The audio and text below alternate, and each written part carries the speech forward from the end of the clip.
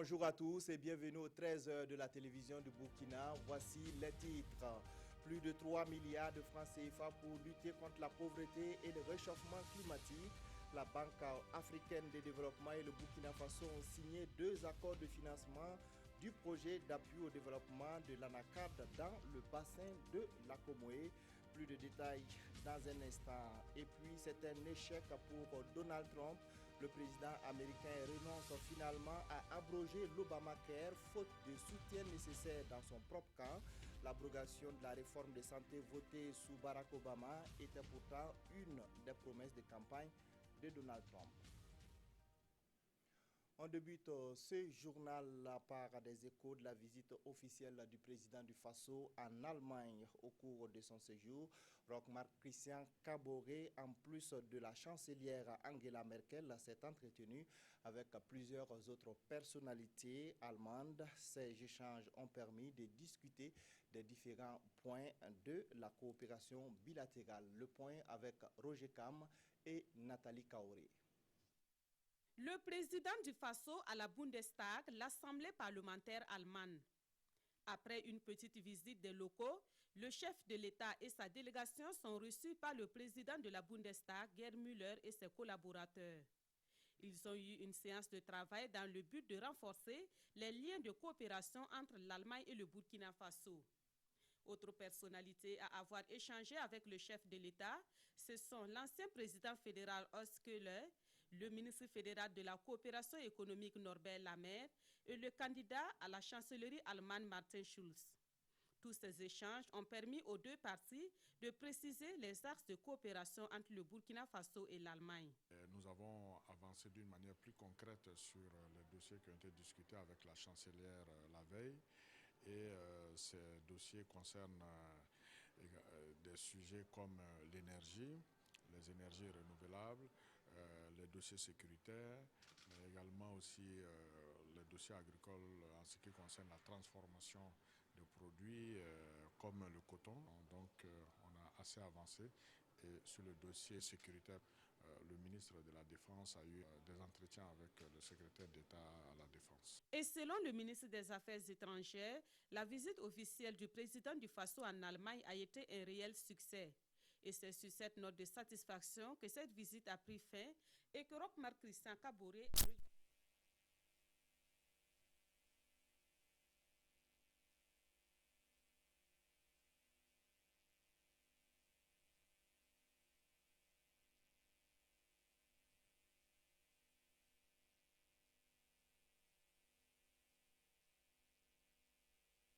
L'objectif du projet est de contribuer à la réduction de la pauvreté et à l'augmentation de la capacité de séquestration du carbone par la plantation d'arbres à haut rendement. Le point avec Roger Kam et Maïmouna Traoré.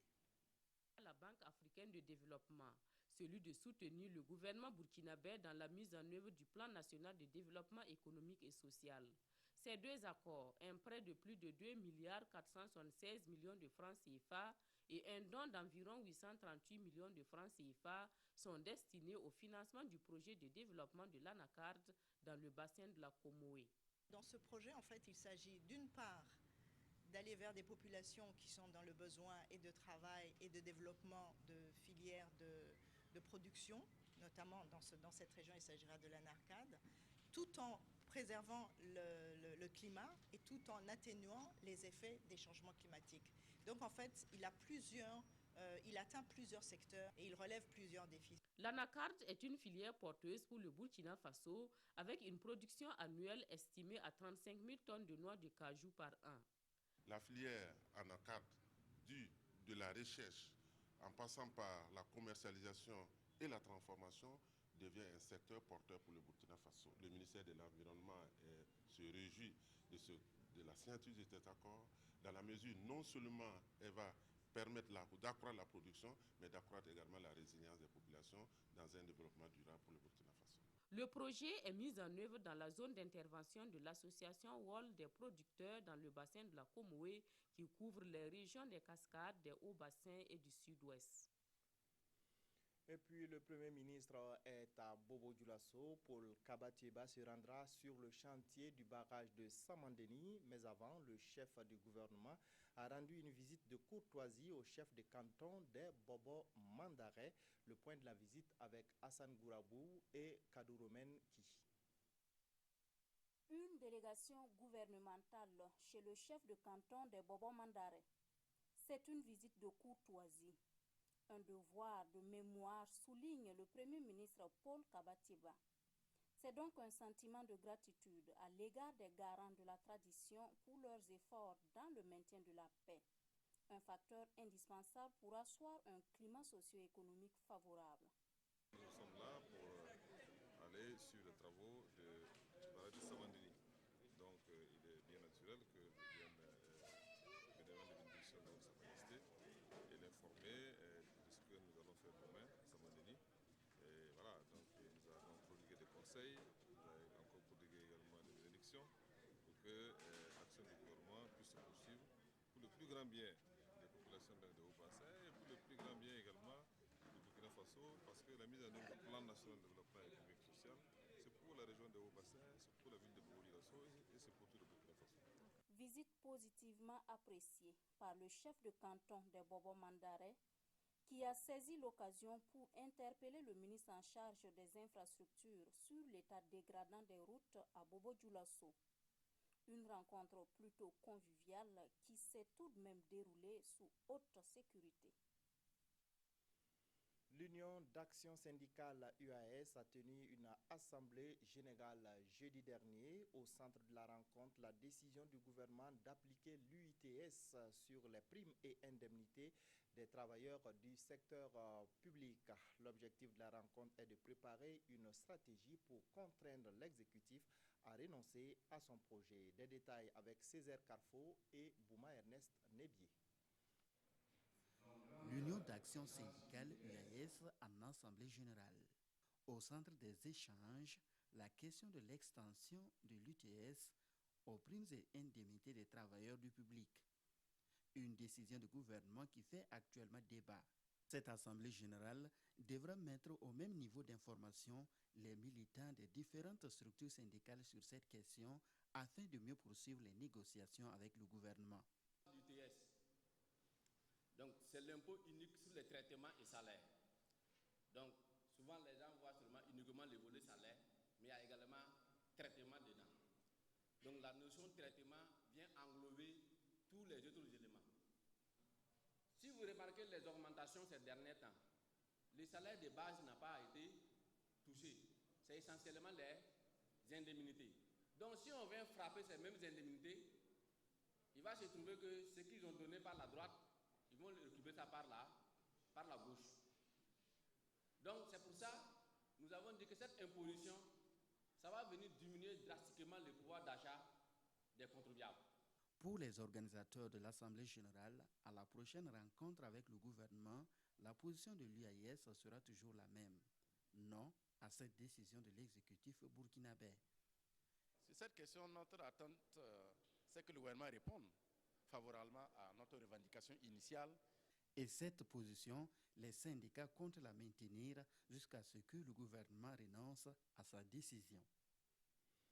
L'ONG Diaconia a organisé à Koudougou une formation sur les techniques et les outils à mettre en place pour une plus grande efficacité du présimètre. Les participants, essentiellement des organisations de la société civile, ont adopté une nouvelle approche, celle de trouver des espaces d'interpellation communautaire au niveau décentralisé. Césaire Carfo, Draman Guéné. Il donne un nouvel élan au présimètre, le programme de suivi citoyen des politiques publiques. Ces leaders d'organisations de la société civile, partenaires du programme de l'ONG Diaconia, sont ici à Koudougou pour dresser les stratégies, techniques et outils de suivi de la réalisation des projets présidentiels. Les organisations de la société civile, partenaires du Présimètre, ont saisi cette opportunité de rassemblement, ont saisi cette opportunité pour identifier leurs forces, et pour proposer des solutions alternatives dans le cadre des priorités que nous avons au niveau du Burkina Faso.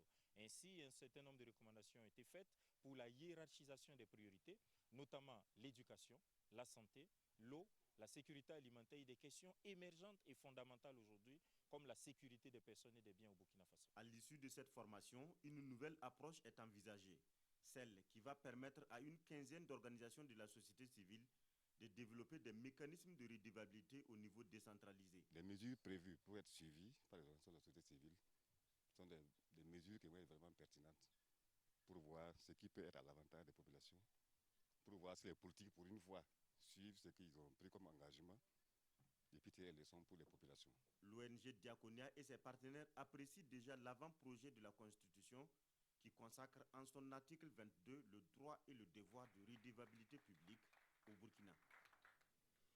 Le Service national pour le développement SND organise chaque année depuis 2002 une formation au profit des jeunes de 18 à 30 ans. Le but est d'inculquer le sens du civisme et du patriotisme à ces jeunes. La cérémonie de lancement de la session de formation de 2017 a eu lieu à Banfora. Martin Zerbo, Carole Tougma. Bouter l'incivisme hors du Burkina, le Service national pour le développement SND joue sa partition. La présente cérémonie marque le lancement des sessions de formation civique et patriotique au profit des jeunes et cette année, des innovations sont au rendez-vous. Désormais, il s'agira d'une plateforme interactive de 5 jours par région où les jeunes vont échanger avec les structures publiques et les OSC qui sont en partenariat avec le SND dans le domaine de la formation. Les jeunes, par exemple, vont échanger avec les RAJS sur la participation citoyenne des jeunes au développement du pays. Ils vont également échanger avec le RENLAC sur la problématique de la corruption et de la préservation du patrimoine national. Tout un programme avec pour ambition de susciter chez les jeunes un changement de comportement. Nous avons besoin d'une jeunesse consciente, d'une jeunesse qui se préoccupe du civisme et donc des biens publics et du bien de l'ensemble de la communauté, de la collectivité. À Banfora, ce sont 300 jeunes qui vont prendre part à cette session. En plus de la cité du paysan noir, 8 autres villes, dont Bogandé et Guibo, sont concernées par la campagne de sensibilisation et d'information du SND. Le Forum national sur le leadership féminin s'est achevé ce 23 mars à Ouagadougou. Pendant 2 jours, 150 jeunes filles ont bénéficié de l'encadrement de leaders féminins, de leaders, des femmes leaders. L'objectif est de créer un esprit de solidarité intergénérationnelle et de partage d'expériences entre les filles et leurs mentors. Isaka Ouedraogo, Mounira Kéré. Amina Démé est l'une des 23 filles à être sélectionnées comme mentor au cours de ce forum sur le leadership féminin. Elle a désormais pour mission d'encadrer d'autres jeunes filles sur les chantiers du développement. Je suis très fière d'être sélectionnée et je remercie la mentor qui a bien voulu me sélectionner dans son équipe. Rendez-vous en 2030 pour le développement durable. Ce forum national sur le leadership féminin s'inscrit dans le cadre des activités de la première édition de la plateforme des jeunes pour les objectifs du développement durable au Burkina, PNJ-ODD-BF. Et en 48 heures, ce sont 150 jeunes filles qui ont bénéficié d'un encadrement pour être des leaders dans divers domaines d'activité. La suite, c'est de s'assurer qu'on continue à les encadrer, qu'on les dirige dans le monde des affaires ou dans le monde qui les intéresse, mais aussi apporter beaucoup plus de filles à avoir cette opportunité-là. Je pense que c'est une excellente idée et je pense que beaucoup plus de leaders dans le Burkina doivent venir et se présenter comme mentors pour pouvoir supporter un peu plus de filles. Derrière l'action que nous menions était également d'avoir pour objectif de mobiliser justement autour de la plateforme le gouvernement et les différents acteurs, les partenaires au développement, pour créer une nouvelle relation entre les jeunes, les partenaires au développement et le gouvernement. Toutes ces filles ont été encadrées par des mentors qui sont des modèles de réussite dans leur domaine. Des mentors qui invitent leurs filles à aller au bout de leur vision et à toujours maintenir en elle la fibre du leadership. En milieu rural, de nombreuses femmes s'intéressent à la production du pois de terre. Un projet d'appui à l'amélioration de la productivité du pois de terre est mis en œuvre au Burkina depuis 2014. Les acteurs impliqués dans son exécution sont réunis à Ouagadougou pour une évaluation à mi-parcours. Roger Bambara, Kadisanoko. Le voanzou, aussi appelé pois de terre ou souma amoré, est une légumineuse vivrière d'origine africaine essentiellement cultivée par des agricultrices en Afrique subsaharienne. Dans le but de valoriser cette spéculation qui est négligée, un projet sur le voanzou a été initié par l'INERA en 2014 avec le soutien financier de la fondation américaine McKnight. Il a pour objectif d'améliorer la production, la transformation et la commercialisation du pois de terre en tenant compte des conditions agroécoliques et de celles socio-économiques des productrices.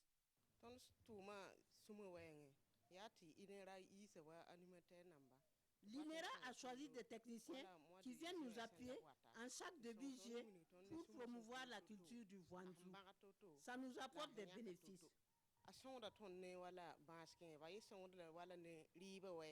Il s'agit de faire une évaluation interne des activités du projet par les premiers bénéficiaires pour pouvoir orienter les 2 dernières années afin d'atteindre les objectifs spécifiques que le projet s'est fixé.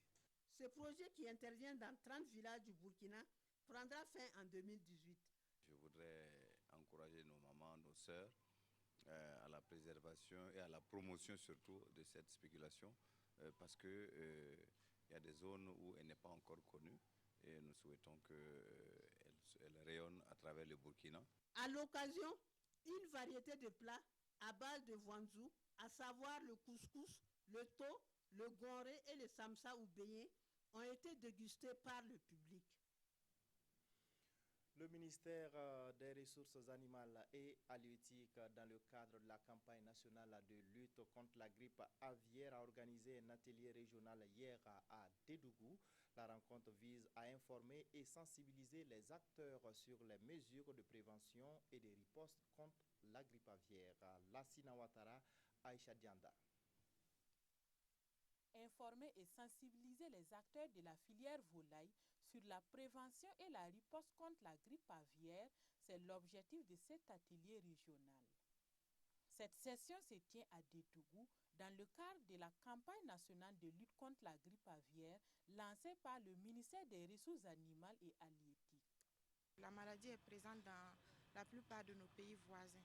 C'est pourquoi, comme la région de la boucle du Moun est une région frontalière, c'est pourquoi nous avons jugé nécessaire de passer ici, présenter cet atelier pour permettre aux différents acteurs de se préparer à une éventuelle réapparition de la maladie. La lutte contre la grippe aviaire a révélé quelques failles dans le système de prévention et de riposte. Au cours de cette journée, différentes communications sur la maladie vont être abordées. Notamment la présentation de la maladie, quand on parle de grippe aviaire, qu'est-ce que c'est? Il y a aussi un deuxième module sur les mesures de prévention et de lutte. Le troisième et quatrième module porteront respectivement sur les mesures de riposte et le rôle des différents acteurs. Le Burkina Faso a connu la grippe aviaire pour la première fois en 2006 et l'épidémie de 2015 n'a pas épargné la province du Nayala dans la région de la boucle du Mohun. C'est un revers pour le nouvel homme fort des États-Unis. Donald Trump n'a pas réussi à abroger l'Obamacare et à faire voter sa réforme sur la santé aux États-Unis. N'ayant pas reçu le soutien nécessaire des élus républicains de la Chambre des représentants, le président américain a préféré annuler le vote. Le président américain Donald Trump a été contraint d'abandonner son projet d'abroger l'Obamacare et il essuie un échec politique cuisant. Devant la défection d'une trentaine de parlementaires républicains frondeurs et pour éviter de se retrouver en minorité, Donald Trump a demandé à Paul Ryan, le président de la Chambre des représentants, d'annuler le vote sur sa réforme de la santé. Je ne vais pas édulcorer, c'est pour nous une journée décevante. C'est difficile de faire des grandes choses. Chacun d'entre nous, et moi y compris, nous devrons réfléchir sur les raisons qui nous ont conduits jusqu'ici, sur ce que nous aurions pu faire de mieux. C'est une déconvenue, mais ce n'est pas la fin de l'histoire. Comme ses collègues démocrates, la parlementaire Nancy Pelosi était opposée à la refonte de l'assurance maladie signée par Barack Obama le 23 mars 2010, il y a tout juste 7 ans. C'est un grand jour pour nous. Hier, nous célébrions notre anniversaire. Aujourd'hui, une victoire pour l'Obamacare est plus important encore pour le peuple américain. Demain sera le 51e anniversaire d'un discours sur les inégalités du révérend Martin Luther King. De toutes les inégalités, l'inégalité face à la santé est sans doute la plus inhumaine.